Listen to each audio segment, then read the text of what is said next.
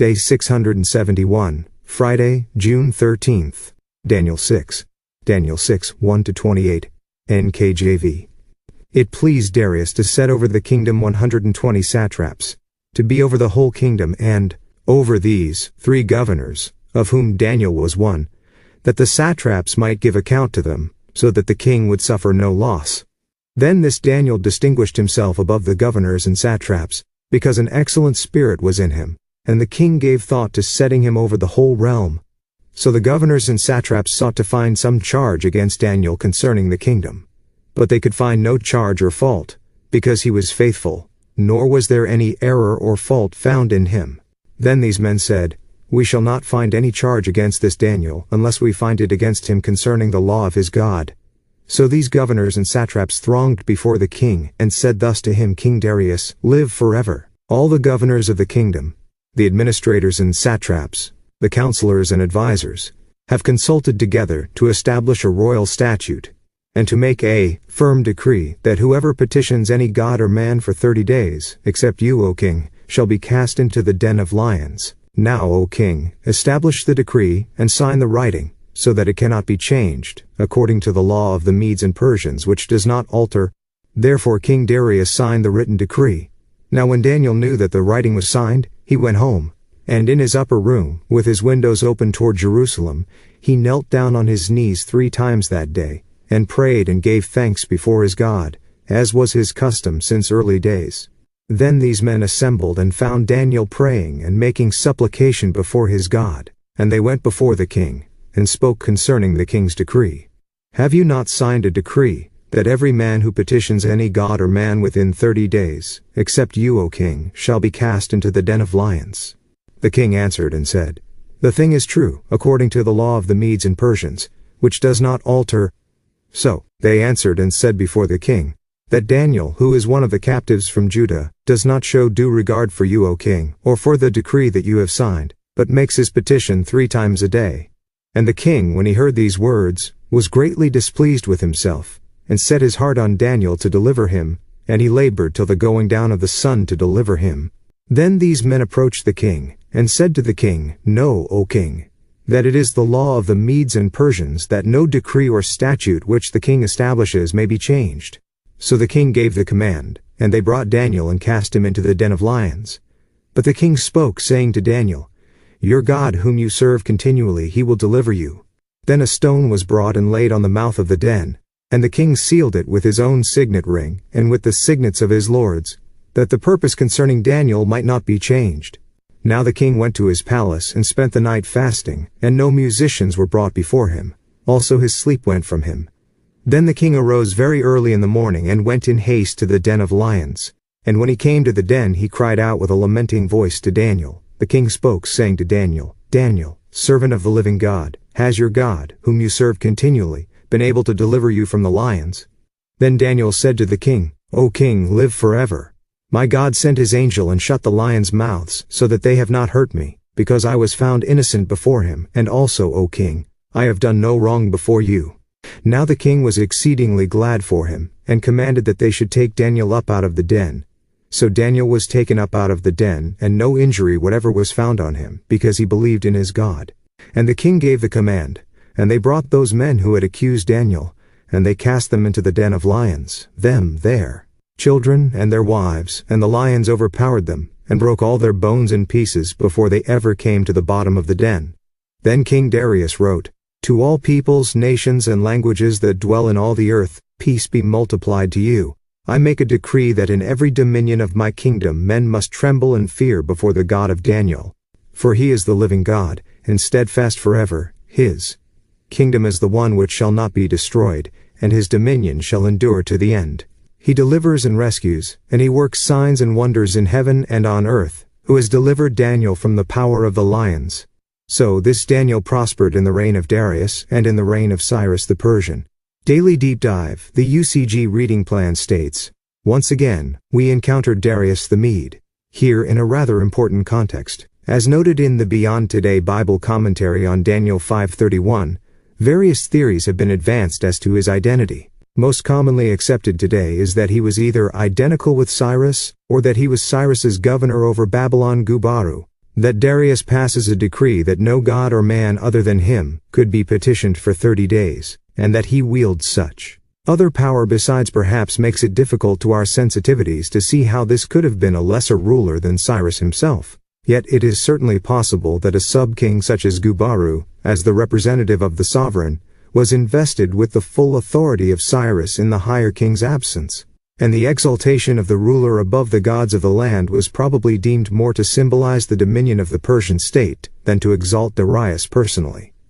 Interestingly, archaeology has revealed that there was great focus on Gubaru's authority only a few years later. The Expositor's Bible commentary states, as commentator Whitcomb P. 35 points out, the statement in 628, and the reign of Cyrus the Persian, may very well imply that both of them, Darius and Cyrus, is ruled concurrently, with the one subordinate to the other, i.e. Darius subordinate to Cyrus. It would seem that after he had taken care of more pressing concerns elsewhere, Cyrus himself later returned to Babylon perhaps a year or two afterward, and formally ascended the throne in an official coronation ceremony. It was in the 3rd year of Cyrus's reign, presumably as king of Babylon, that Daniel received the revelations in chapters 10-12. Yet it is also evident from the cuneiform records that Gubaru continued to serve as governor of Babylon even after Cyrus's decease. The tablets dating from 535 to 525 contained warnings that committing specified offenses would entail the guilt of a sin against Gubaru, the governor of Babylon, and of the district beyond the river, i.e. the regions west of the Euphrates, Whitcomb, p. 23. Note on Daniel 5:30-31.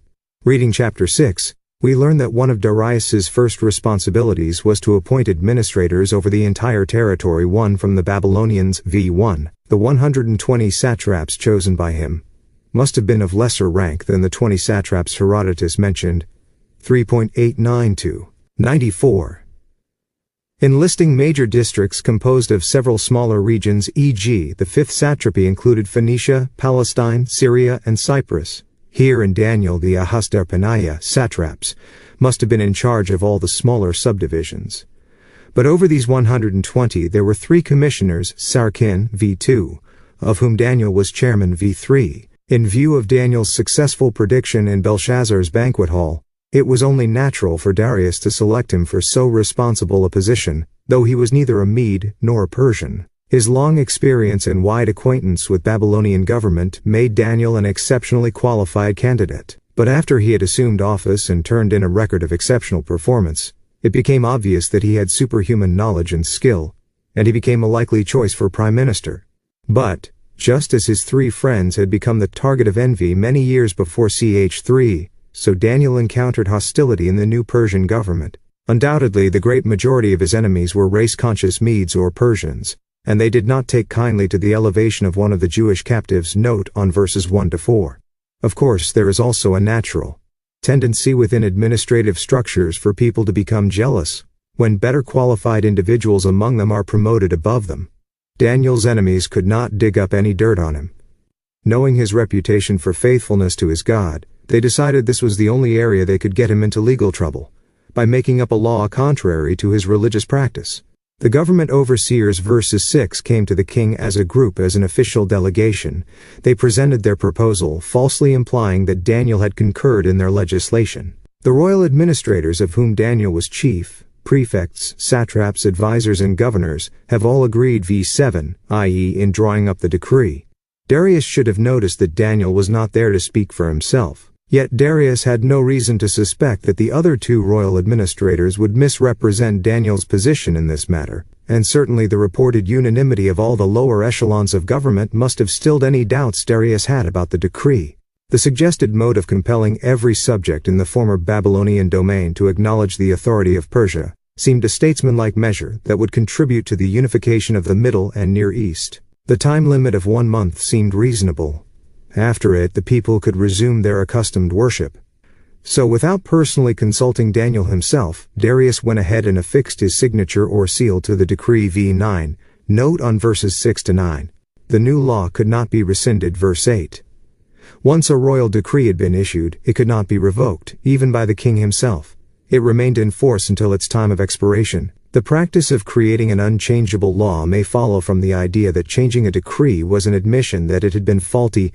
Nelson Study Bible, note on verse 8. Despite the severe penalty mandated for disobedience, Daniel would not be deterred from his regular prayers to God. It is interesting to consider that he could have resorted to praying to God in secret, and no doubt he often did anyway, just as all believers. Indeed, it seems that Daniel perhaps prayed in open sight 3 times a day toward Jerusalem to serve as a continual witness of God to the pagan empire and, as an example to the Jews in captivity, to be bold in their devotion to God and their faith in His promise of future return to the Holy Land. The morning and evening sacrifice in the Jerusalem temple had been a continual public witness of the true religion in Judah, and as noted in the Beyond Today Bible commentary on Daniel 9, there seems to have been a relation to those offerings and Daniel's example of regular prayer. Perhaps Daniel, as the senior Jewish official in the empire, saw it as his duty to continue a form of that witness.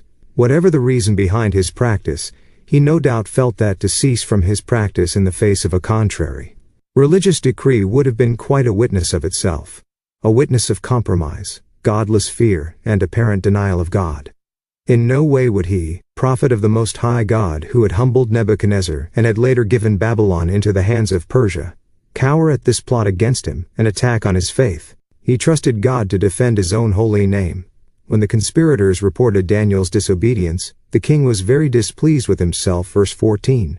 For the first time the real reason for the decree dawned on him. He probably realized that he had been manipulated by Daniel's enemies, and he regretted his failure to consult Daniel before putting the decree in writing. Undoubtedly, Darius respected Daniel for his consistent piety to his God. Throughout the day he tried his best to save Daniel's life. He may have thought of ways of protecting him from the lions, perhaps by overfeeding them or by covering Daniel with armor. Such schemes would have been interpreted as subterfuge, as undermining the king's own law. A miracle was Daniel's only hope. Darius undoubtedly respected Daniel's God, the God who had enabled him to interpret the letters on Belshazzar's wall, and who had made Daniel the most able administrator in the court. Could it be that this God might save him? In all probability, Darius had also heard of the deliverance of Daniel's 3 comrades from Nebuchadnezzar's furnace. By sunset, therefore, the king had resigned himself to comply with the conspirators' desire, and when they again reminded him of his irrevocable decree 15, he was ready to go ahead with the penalty. Yet to show his personal concern for his cherished minister, Darius went with Daniel to the very mouth of the pit where the lions were kept. Expositors, notes on verses 13 to 17. And so Daniel was cast into the den of lions and sealed within. People today often imagine a young, vigorous Daniel in the pit with the ferocious beasts. But the prophet was an old man in his early 80s. All his life God had proved faithful. This night would be no exception. The king spent the night fasting. Verse 18. Whether he just couldn't eat, or refused to as a form of penance, or was actually trying to seek Daniel's God is not clear. But the next morning he rushed to the lion's den and called out to Daniel, servant of the living God. Verse 20. And Daniel answered back, O king, live forever. Though this is a standard way of greeting a king. See Daniel 2:4, Daniel 3:9, Daniel 5:10, Daniel 6:6. It is ironic here because Daniel, who has just been made alive by the God whom even Darius confesses as the living God, v20, blesses the king with the wish that he should live forever. That is literally possible for the king, of course, only if he comes to know Daniel's God, who is the source of life, as the Lion's Den episode shows so clearly. Nelson Study Bible, note on verse 21. The king then issues a new order. Without any judicial hearing or trial, King Darius, absolute monarch that he was, ordered Daniel's accusers to be haled before him, and then cast with their families into the pit they had conspired to have Daniel thrown into. Presumably Darius considered them guilty of devising the decree that could have deprived the king of his most able counselor. Furthermore, they had lied to the king when they had averred that all agreed v7 to recommend this decree, when Daniel, the foremost of the administrators, had not even been consulted in the matter. Expositors, note on verse 24. Yet what of the families?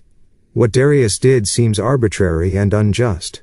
But ancient pagan despots had no regard for the provision in the Mosaic Law. Deuteronomy 24:16. Fathers shall not be put to death for their children, nor children put to death for their fathers. Each is to die for his own sin.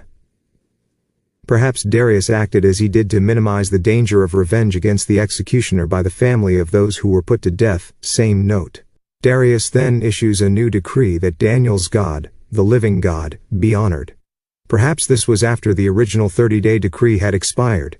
As for Daniel, his position as prime minister was now secure, and he apparently continued in it until his retirement a few years later. End.